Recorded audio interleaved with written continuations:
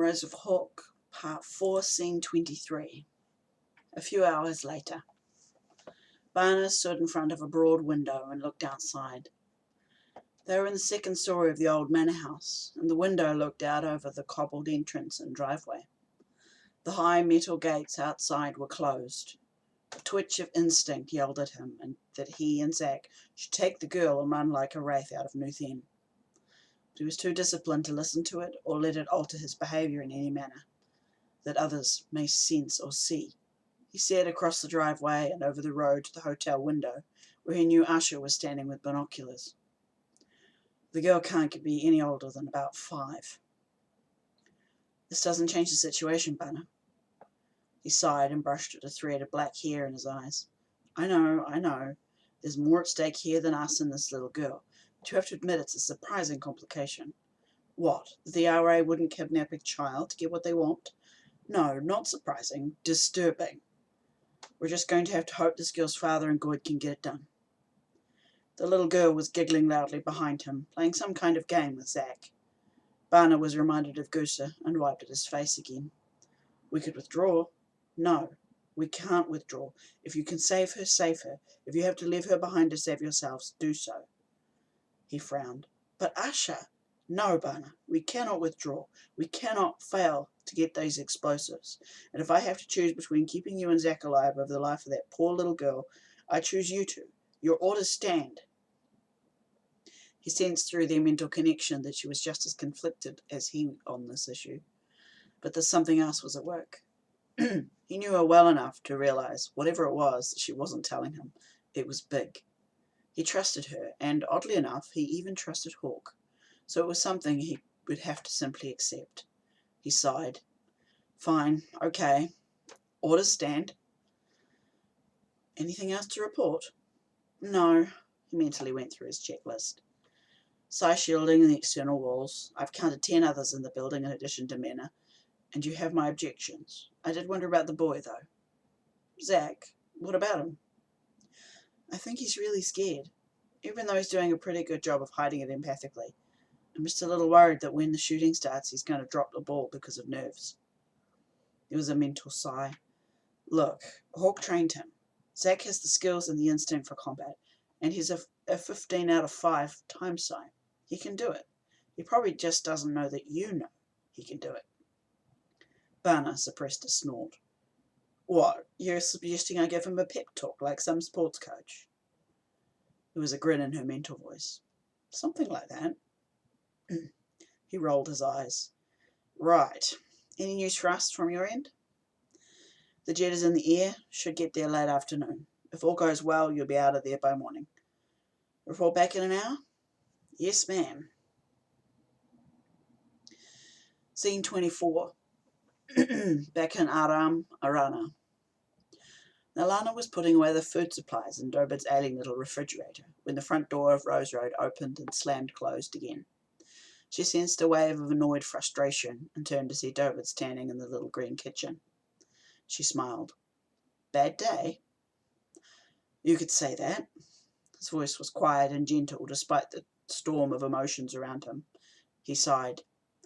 What are you doing here? Weren't you supposed to evacuate with the children? I'm not leaving the city until you do. Nalana Yen. His tone was correcting, but she refused to let it bully her into submission. No, Dobit, she interrupted. I may not be able to shoot people, but someone needs to give you support. These are hard times. She leaned over the former bench top and turned on the kettle. Now, what's gotten you all angry like this? He sighed as if he'd lost an argument and sat down at the table. The agent in charge of finding Hawk has got my scent because of Trian's escape. I just spent 4 hours being interviewed by him. He put his elbows on the table and wiped his face with one hand. I should be in Rona helping Asha, not here playing word games with Heath Palin. She gave him a gentle smile. So this has nothing to do with Wolf? His bottom lip twitched and he put his hand over his mouth to cover it. It has everything and nothing to do with him. It's so difficult to focus knowing he's out there suffering. She sensed a deep well of sorrow come out of him. It was so intense that she walked across the room to wrap her arms around his shoulders. He shuffled in his chair to face her and return the hug.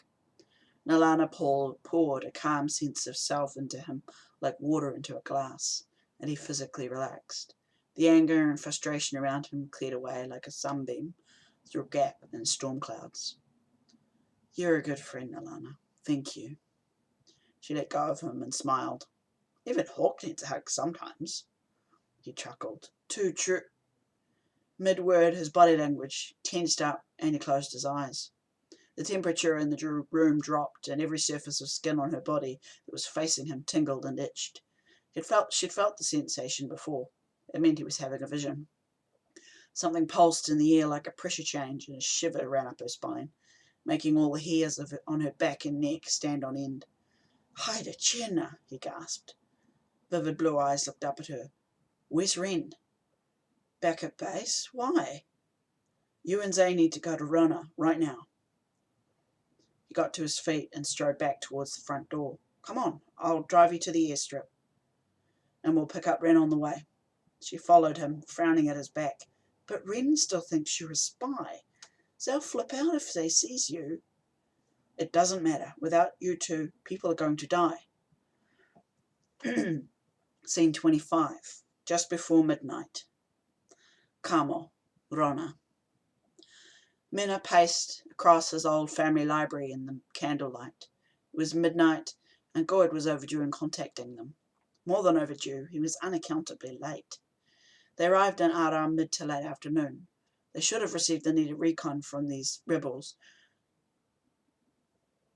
trapped and taken out their traitor, and already be on their way home again. Goid should have contacted them on the satellite phone at least 3 hours already, if the plan had gone ahead. The last communication had been hours ago, when they confirmed they'd arrived at Aram and were transferring to Maragan. He paced back towards the door, past his brother's chair and the ice chest containing Goid's favourite beer. Something was very wrong. Mina could feel it in his bones. Had the rebels betrayed them, or was Goid just late because there had been complications? But could complications cause his brother to be out of touch for so long? Mina stopped pacing at the library door and sighed. No, it wasn't likely that Goid would remain this long out of contact without there being something wrong. It was more likely that the rebels had betrayed them and killed Goid. They probably wanted to break his spirit and take the explosives for themselves. Or perhaps they weren't even rebels at all, but actually working for the agency or the Gar to wipe them out properly this time. His eyes narrowed. Either way, it wouldn't work. Such a blow would only strengthen his spirit, not break it. He strode out of the library into the broad white stone parlour towards the den at the front of the house. Young Aaron stood in the darkness watching the entrance outside. He was a good guard dog. Not particularly smart, but loyal and unquestioning. "Come on, Aaron. This little dance with the rebels is over." Scene break. Asha sat at the tiny hotel table cleaning her handguns with an oiled cloth. Her unsettled feeling had very suddenly intensified at about 8 o'clock that evening, and she'd spent the last 4 hours keeping herself busy in an attempt to calm her nerves. The others knew she was tense, but if her brother sensed how afraid she really was, it would be over. Talon simply would not cooperate when she was that scared. Without Talon, she didn't have Nama, and Lalan wouldn't follow her orders if there was dissension in the group. If they all went on strike like that, the only way she'd get them to follow her again would be if she broke Dobit's trust and showed them what he'd showed her. But Dobit kept things from people for good reasons. She didn't always agree with what he did or how he did it, but there were always consequences that she couldn't possibly predict. Consequences which, annoyingly enough, he could predict, and did with an astounding accuracy. Knowing the scale of this thing of Dobit's, she knew that if sharing that vision with him was a mistake, it would likely be a monumental mistake, with a cost that she couldn't begin to know. Besides, she couldn't possibly choose between her family and her loyalty to Dobit's cause. Such a choice would probably destroy her.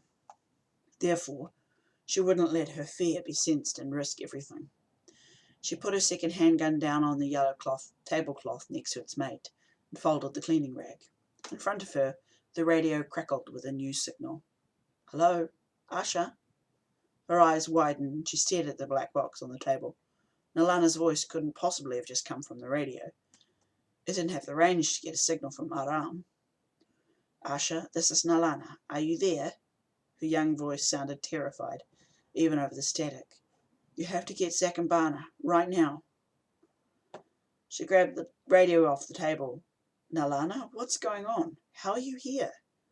Behind her, she sensed Lalan get up from the nearby bed. There isn't time. Hawk says you've got to go in. Now.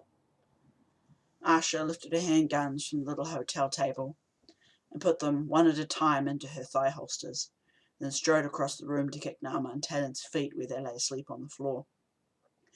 She brought the radio back to her lips. We'll send someone to pick you up. No, Asha. Go rescue the others right now. Ren and I will get a ride to you with the pilot. Please, go right now. Just be careful. Sighing, she lifted the radio back to her mouth. He sent you too because it's going to be bad, didn't he? There was a whimper. Yes. Hide it, Shanna. She covered her mouth for a moment with a bend of her wrist. For Nalana's sake, Asha made her voice as strong and calm as humanly possible and pressed the radio send button. When you get here, stay in the car until one of us comes to you. Don't worry, we'll get them out. It'll be okay. Looking around at the confused faces of the others, she dropped the old radio into its sling on her belt. Everyone, grab what weapons you can carry. We're going in, right now.